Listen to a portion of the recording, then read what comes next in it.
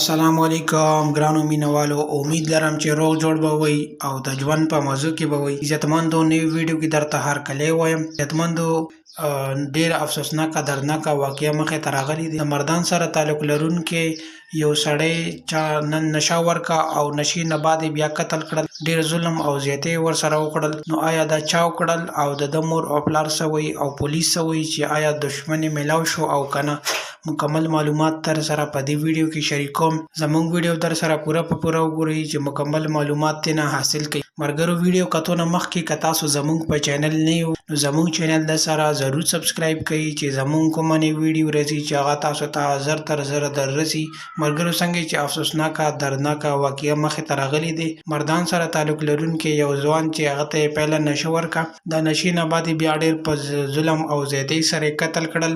ملګرو، هغې نه بعد د کلي خلک چې کله خبر شول چې دا یې قتل کړل او یو ګاډي کې قتل کړل، د هغې نه بعد د هسپتال ته وړل او هسپتال کې بیا پروت و. ټیم پورې د شناخت نه کېده، خو د هغې نه بعد بیا د کلي خلک خبر شو او مور او پلار او وروڼه یې هسپتال ته راوړل چې دا خو زموږ ورور دی او دا چا دومره ظلم زیاتی وکړو چې دا یې قتل کړل. د هغې نه بعد پولیس هم تشویش شروع کړل چې آیا دا دومره ظلم او زیاتی چا وکړل او مور او پلار یې دا ظاهره کړي چې زموږ د چا سره هېڅ قسمه دښمني جنګ جګړه نه وه، نو زموږ سره دومره زیاتی ولې وشو. خو چونکې پولیس هم شروع دی، تشویش کې شروع دی او دا یې ظاهره کړي چې دا چا هم دومره ظلم او زیاتی کړی دی، دا موږ مخې ته راولو او عوام ته به ښیو چې دا چا دومره ظلم او زیاتی وکړو. ملګرو، نورو ویډیوګانو لپاره چینل ضرور سبسکرایب کړئ چې تاسو ته زموږ روشني چینل به تاسو ته چې کوم ملک کې سخت ظلم او زیاتی کېږي هغه به تاسو ته ښیي او تاسو ته به مخې ته راولي.